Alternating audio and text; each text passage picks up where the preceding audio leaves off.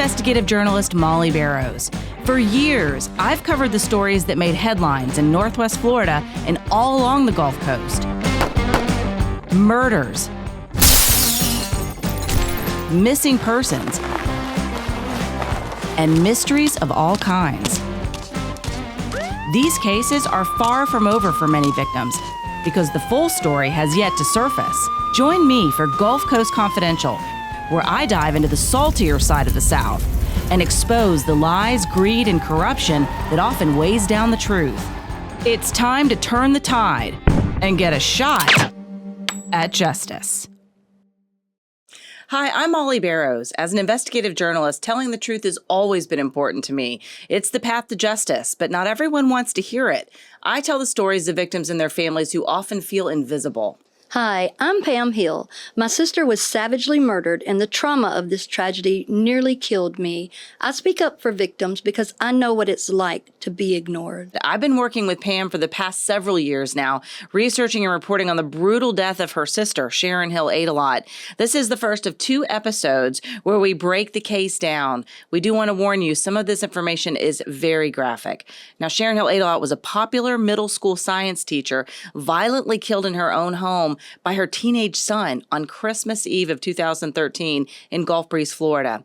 The savage slaying made headlines all over the world when it happened. Brandon Aydelott was 17 years old at the time. He confessed to stabbing his mother with multiple knives, breaking off some of the blades in her skull and eye socket, and also beating her with his favorite baseball bat. The honor roll student and athlete claimed voices told him to kill his 48-year-old mother. He was later diagnosed with schizophrenia and found not guilty by reason of insanity. Afterward, Brandon Aydelott was remanded into the custody of the Florida Department of Children and Families and sent to Florida State Hospital for the criminally insane. Now, state psychologists believe it won't be long before this confessed killer will be ready for conditional release back into the community. And of course, that is something that Sharon Hill Aydelott's family and sisters do not want. They're outraged at this latest twist in a case that has been full of twists and turns. So, Pam, let's start with you. What exactly did the state psychologist say about Brandon at his last hearing? We know that comes up every 6 months where the psychologists for the state report back to the court on his progress to see if he still meets the criteria to be held in Florida State Hospital. So bring us up to speed on what happened on his last hearing in September of just this year, 2022. Right. They basically were saying that he follows the rules, that he's compliant, that he's taking his medication that's being given, and that he's learning how to cook, and that he's a good hall monitor, basically, for lack of a better word. Right. What was your impression of their evaluation of him? Was it something that inspired confidence from you? No, because, we know what he did. And, committing murder, I wouldn't think someone needs to necessarily focus on cooking or being a hall monitor. They also said that he was very reluctant to accept responsibility. And therein lies the rub with me. He's never accepted responsibility. Yes, and I was at that hearing too, and that did surprise me that they basically were saying that he met every criteria that they had for recommendation for conditional release, but that basically he had not fully come to terms with his role in the death of his mother. And technically, for those who aren't familiar with the case, but he was found not guilty by reason of insanity, which now in the eyes of the law, he is not guilty of a crime. You know, as a journalist, we can't even refer to it as him as a murderer because he was found not guilty. He did kill Sharon, and we'll get into some of those details here a little bit later, but he is technically not guilty of the crime. So that's what makes it so difficult. And two, I think listening to that state psychologist who called in over the phone, it's as if it's business as usual, whether she intended it for it to come across that way or not. It came across like, here you are talking about a young man who violently killed his mom, that the scene was so gruesome. Some of the first responders said it was one of the worst that they'd ever seen, and that's saying a lot because they see some gruesome stuff every single day.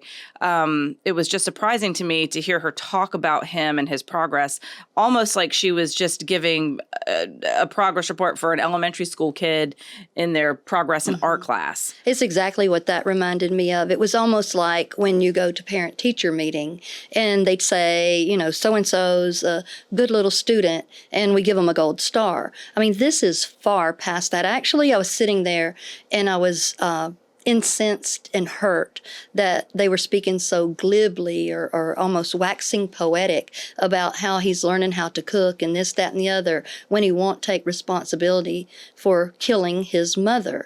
Right. What's the point if he isn't going to accept responsibility? Right. And I mean, the whole thing is that he's there. There's no behavioral things that have been offered to him that I know of. And I know previously he wouldn't take his medicine. And as a pharmacist, I know even people that aren't remanded to state care have a hard time taking their medications if they're psychotropics or things to change the way their brain operates. Exactly. So he won't even take it there on the campus there.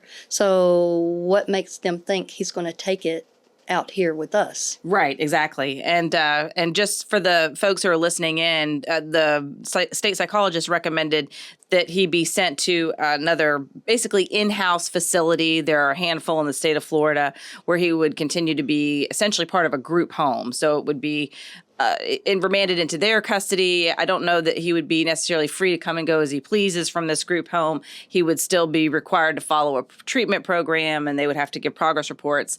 But it is one step closer to him being back out in the community. And it seems like that is ultimately their goal. And that is not what you were told as a family member would happen to him when you guys basically went along with this defense of not guilty by reason of insanity. Right.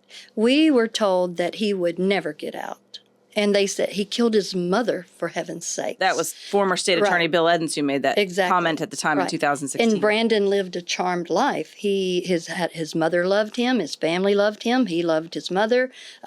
Just a perfect life almost. And in those conditions, he got angry and killed someone because of the voices in his head. Imagine when he gets out here and someone tells him no.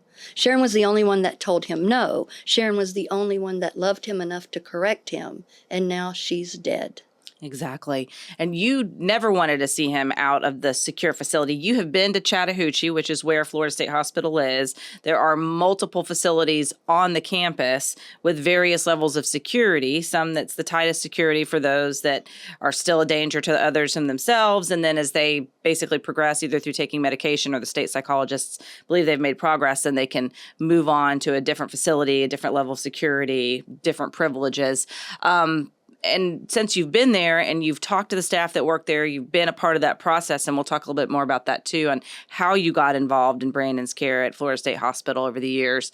You're not really surprised by this recommendation from the state psychologist. I'm not. I was gobsmacked when I went there because it's just such a non-issue to them. It's almost like rote, running someone through the click this off, click that off, click this off. And I haven't seen any improvement in Brandon. I've seen him, and he's told me of his ways of manipulating the staff. I mean, he straight up arrogantly says that. And even when he gets in trouble, he just brushes it off. Yes, I thought that was interesting when you were, one of the last times that you talked to him at Florida State Hospital was when he had just been promoted to basically, the term was he was the ambassador of some sort to the other people in his dorm. Mm-hmm. He represented their wants, needs, complaints, pros, cons of whatever dorm life was like in his particular section to the administrators and the powers that be at Florida State Hospital. And they were using that as a way of saying, look how well he's doing. But, essentially if he's being a well-behaved hall monitor, that's hardly inspiring courage to know that he's going to continue to be responsible out in the community when he hasn't fully taken responsibility for his mother's death. And then also he made mention of that to you when you were talking to him and you were asking him what that was like. And he essentially said, well, I just tell them what they want to hear. Yeah, I just tell them what they want to hear. I go along to get along, basically. And he's sitting there with, and I can't even believe I know these terms, sitting there with contraband on, a watch he's not supposed to have, certain shoes he's not supposed to have. He's openly breaking the laws. He became aggressive and violent toward a person in there, a resident, I guess. He's got a hit list when he gets on the outside, the same hit list he had the night he was going to that he did kill his mother. Right. And he told our family, I'm not through killing my family yet. It's so interesting, too, that it took him 3 years to even be found competent to stand trial, that he killed his mother so brutally in 2013. He was in the custody of Florida State Hospital in Chattahoochee for those 3 years before he was finally tried in 2016 when he was found competent. And during that time, he reached out to you, or at least the hospital reached out to you on his behalf. Talk a little bit about that, because it was really one of the first times you'd had any contact with him after he killed your sister. And what a horrible way to lose your sister anyway. But at the hands of her own son, your nephew, you also loved him. Your mother loved him. Her whole family loved him. So it's got to be this terrible feeling of being pulled in all these different directions. It really is. I don't even know how to explain it. It is like bizarro world. And let me just say, when Brandon, after he killed Sharon, he admitted to killing Sharon. Yes. And he smirked and he smiled and he said he felt like he did the right thing. Yes. That's what he did. I knew the moment I saw that and heard that, this was not going to be told correctly. And so basically the competency to go to trial, competency, the bar for competency is very low. You have to know that's the judge, that's your lawyer, and here's what you're being charged with. It took them 3 years to get him to the level of competency to stand trial. And now all of a sudden he's a rock star and won't take responsibility. It is such and I'm just going to go ahead and say it, it just looks like it's follow the money. Yes. It's like a revolving door. Let's put him in here. He didn't write a bad check. He didn't smoke a little dope. He killed my sister. His mother, his own mother. And I almost hesitate to say his mother because I don't even think he gets to say that when he did such horrible things to her. I know. And with that in mind, what was it like for you when you got the letter from Florida State Hospital asking you to be involved in his care at the hospital before he was found competent? Well, we hadn't been able to see him for all those years. I got the letter in 2016 on March 17th. And he murdered Sharon, or killed her. I'm not a reporter, so I'm just going to call it what it is. He murdered her. He killed her. He savagely murdered her. And on Christmas Eve, 2013. So fast forward a little over 3 years later. Right. I get a letter because he had been kept away from us. His dad would not let us know where he was, wouldn't let us know what was going on with him, created such a Hatfields and McCoy type of setting, which wasn't necessary. But that's what we were dealing with. I hadn't seen him. So I get a letter and I'm trembling. I call the state attorney's office and go, what do I do with this?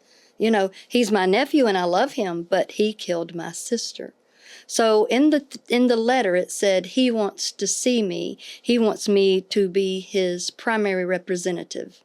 And he knows I'm a pharmacist. He knows I love him. And even in the letter, he said, my Aunt Pam's the only one that can make me laugh or smile. I'm very close to him. I love him. I mean, I can only imagine what Sharon's thinking, about him, because I'm sure she's heartbroken. Well, they told me, they said, whatever you think you can do it. I mean, I'm not kidding. I don't know how to explain it. Like, again, bizarro world. And so I called them and I said, I will come down there and see, because I am a pharmacist. I wanted to see what his medications were and to see if he was okay. And so that began your relationship, reestablishing your relationship after Sharon's death. What was he like the first time you saw him and visited him in Chattahoochee? I had just gone through security, through the Sally ports, and I saw the correctional officers kind of marching a man up the sidewalk. And I looked out there and I was just curious. I was like, what's going on out there? I didn't recognize it as Brandon because he kind of had long hair, a scruffy beard. His hair had kind of gotten reddish and he was like a surfer blonde and had his hair, cut like GQ, as I said before. Yeah, he was a strapping young jock, if you will. Gorgeous. And so I looked out there and thought, they sure are being rough with that man or boy or whomever.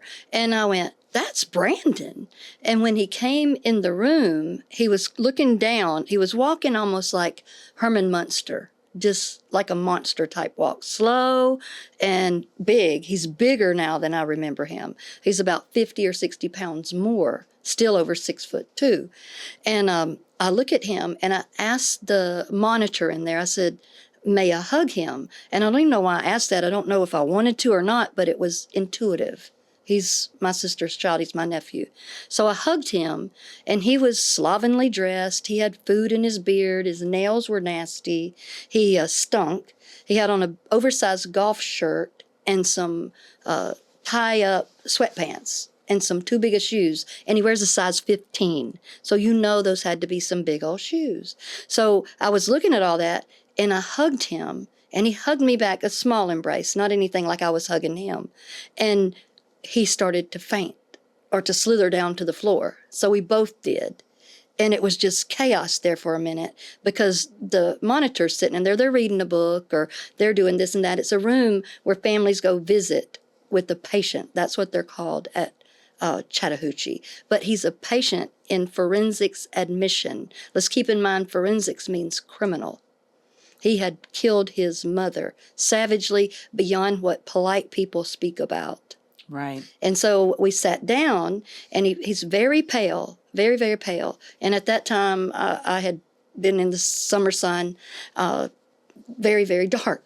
And so he put his hand on my hand for some reason. It wasn't too affectionate. I don't know what it was. It kind of scared me because I looked at his pale, pale, creamy, lily-white skin against mine, and I thought, that's the hand that murdered my sister.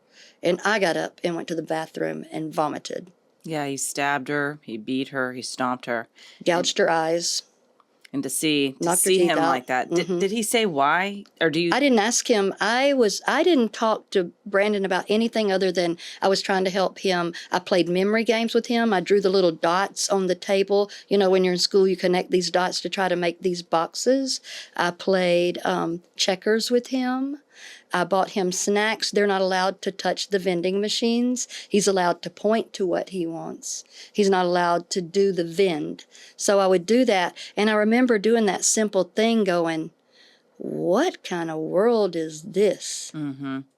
Yes, he has since progressed through the various facilities there on the campus at Chattahoochee at Florida State Hospital. And as you said, the privileges change, the level of security changes. And at the time you saw him, he was still in the first level, right? Oh, yeah. He was like I said, he was Herman Munster-ish, almost like catatonic, and he wouldn't take his medicines right then. They had called me down there before to talk to him about how he wouldn't take his medicine, and they were saying, well, we're going to give you Prolixin then, which Prolixin is Prolixin decanoate, which means that it's a long-acting drug. They'll just give you a shot of that in your hip. If you can't take your medicine, we'll give you a shot of that in your hip. And it has so many side effects that they're very untoward, very unpleasant.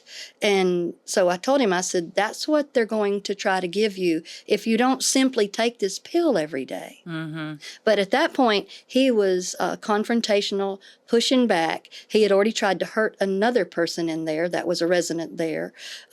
They were saying he wouldn't take his medicine. And so I'm sitting there listening to all this. I hadn't seen him in 3 years. Right. And it's got to be a pretty surreal experience, especially when he passes out. Why do you think that happened? He said, I asked him, I said, because his name's Bubba. I said, his nickname's Bubba. I said, Bubba, what happened? You know, I knew what happened to me when I went to the bathroom. I was disgusted. I was sick. I was thinking about Sharon. And he said, you smell and feel like my mommy. Smaller version, you know. How did you feel when he said that? I cried and cried. And we sat there and I cried. And he had zero affect.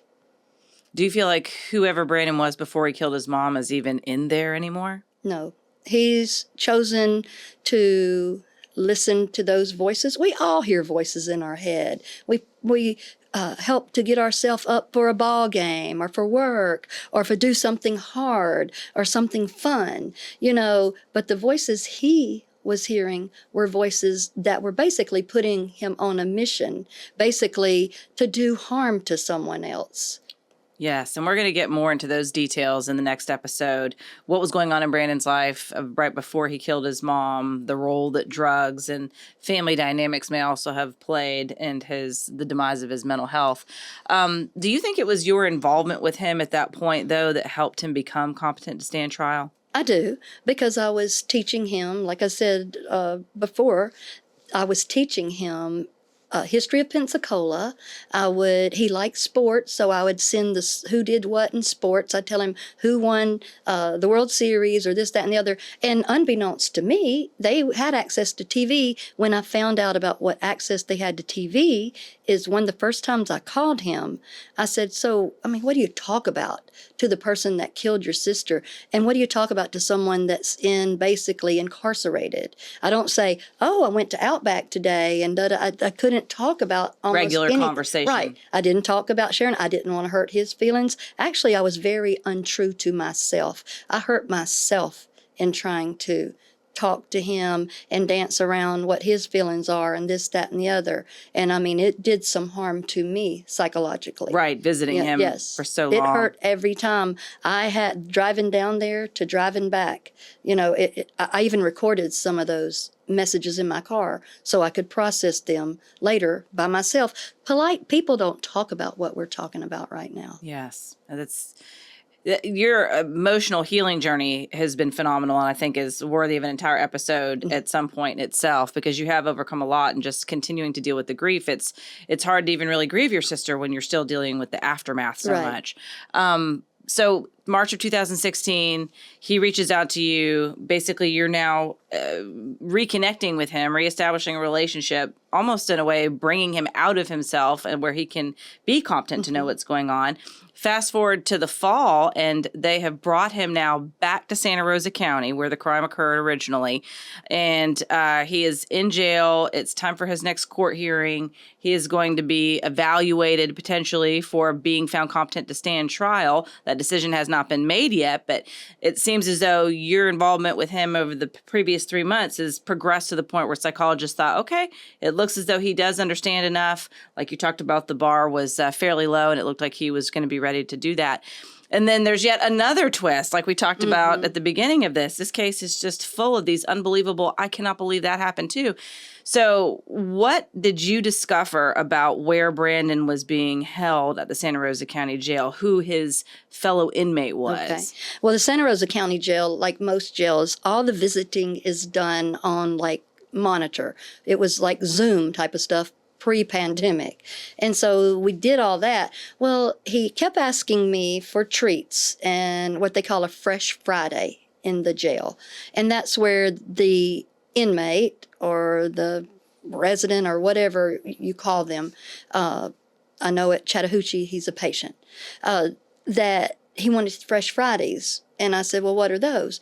And he said, it's either where I can get a cheeseburger or some chicken wings or whatever on Fridays. And so, okay. I mean, these boxes cost anywhere like about $30, $35 the time you get their snack box and this. So I'd been buying him things that I knew he liked. Then all of a sudden, at one point when I called him, he couldn't even hold the receiver up to his face. The guards had to do it because my nephew, the one that murdered my sister, had to be marched around by 4 guards at Santa Rosa County Jail, the same nephew they want to let out with the rest of us. So you had to wait for him to get there. Well, I got him his Fresh Fridays, and I would watch him sometimes zone in, zone out. And then all of a sudden, when I went to visit him another time, he was happy and giddy like a little girl almost. And I said, what's going on, Bubba? And he said, I am just happy. I just want to know if you can get me 2 Fresh Fridays and 2 snack boxes. And he's a big old boy. So I thought, well, if that's what you want, I'll do it. But in my mind, I thought something's not right here. So I still did it, and I still wrote him. And all of a sudden, I get a letter from his roommate. His cellmate, His cellmate, yeah. Because he had been basically in a room by himself because he's under the medical care, because sometimes he would be suicidal, and they've called me out there for that, to talk to him. And he tells me, I've been saved, Aunt Pam. I basically have a new lease on life, and I've been claimed. Chris Lynch has claimed me. And for those who aren't familiar, Chris Lynch was arrested and was being held in Santa Rosa County Jail for killing his mother on Mother's Day of 2016 in Santa Rosa County in the community of Pace, a bedroom community of Pensacola. Beat her to death with a pipe. She was found horribly beaten on her porch, and he attacked her. He had not been taking his meds. He was an Army veteran. He'd been injured during training, had a long fall, caused some brain damage. He also was found not guilty by reason of insanity. But at that point, he had not been tried yet. He was just in jail. And it's unbelievable to me, really, that the Santa Rosa County Jail decided to put two mommy killers in the same cell. You must have been shocked and horrified. Oh, I was so mad. I was shocked and I was mad. And I was like, who is running the place? What's going on? Right. A man in his 30s. 38-year-old man that knows how to work the system beat his mother to death by hand with a lead pipe. She was his biggest advocate, just like Sharon was Brandon's biggest advocate. She went to Congress to speak on his behalf, on Chris Lynch's behalf. That's right. She was working to help make more resources available for mental health, not just for her son, but for other veterans, because it was so needed. Exactly. So here we are. And then Chris Lynch wrote me a letter, basically. And I have a letter from Chris Lynch that says, "Dear Aunt Pam," he's not my nephew. "Dear Aunt Pam, unfortunately, I find myself in the same situation as Brandon. I also inadvertently or accidentally or some word like that killed my mother." So there I have his confession right there. And then he and Brandon draw little pictures. They both were baseball stars at their schools. He was in Pace back in the day. Brandon was a star, I guess, at Gulf Breeze. But they drew drawings, and I've got those, like little kids almost, and getting together with their similarities. And I was livid. I was like, oh, heck no, this isn't happening. So I went to the state attorney's office and told them, and they said, no, that is not good. They, the state attorney's office, are the ones that got them separated. That's interesting. And then it wasn't too long after that that Brandon's hearing was held to determine if he was competent to stand trial. And they did find that he was competent to stand trial. Exactly. And then the trial did progress. What was that like? What was the trial like? It was really not a trial per se. It was a judge trial with the Dr. Minyard, the coroner, or the one that did the autopsies, some of the Santa Rosa County deputies that responded to the scene, and this, that, and the other. And basically, when you do a judge trial like that, nobody hears how horrible the murderer is, because they're just trying to basically mitigate and get through it. I, in hindsight, will never advise anyone to go with not guilty by reason of insanity, because you are guilty. He sat right there and said, the judge even said, he killed his mother. That's guilty. There should be a law in Florida that says guilty by reason of insanity, not guilty, because now here we are. He has all the rights. He has all the people taking up for him and doing this, that, and the other and trying to advance him through. My poor sister asked for help before he killed her, and nobody would do anything for her. Yet I can't believe the state of Florida falls all over itself trying to help a murderer who cannot even establish competency after 3 years, and who savagely murdered his mother. And it seems like the state, as well as the defense, in cases like this, they rely so heavily on these expert witnesses, the psychological evaluations of these defendants, either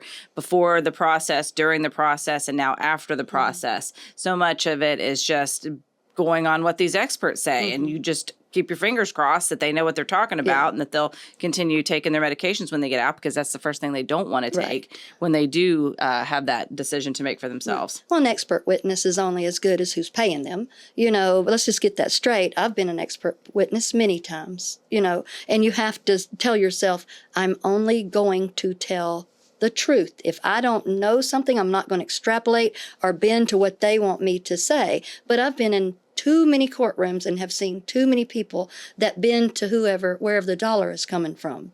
You know, so the thing is, if he was insane when he killed Sharon, he's insane now. You have to be insane to kill your mother. It is not a flash in the pan. It's not corrected by learning how to cook an egg or tattletale on people. Exactly. It is. And then he was remanded into the care for the Department of Children and Families. Case came up for evaluation every 6 months, and fast forward 7 years later, and here we are, state psychologists. Every 6 months, still having to listen to people giddily wax poetic about how he's learning to cook or tell on other people instead. And then they go, oh, but he's not quite going to accept responsibility. And that's the one little thing that they say he cannot get. That is the only thing that's important to me. That's right. And I think in 6 months, there's a good possibility that he will have reached that point where they feel like they can recommend him for conditional release. Pam, thank you so much for sharing about your nephew and starting this conversation. There is so much more compelling information to share about this homicide, including the signs and symptoms of mental illness Brandon was showing before he so brutally stabbed and beat his mother to death in the doorway of her home on Christmas Eve. So please join us for the second episode in this 2-part series on the case for those details. And remember, you can watch this episode or any others on my YouTube channel, as well as wherever you listen to your favorite podcast. We'll see you next time.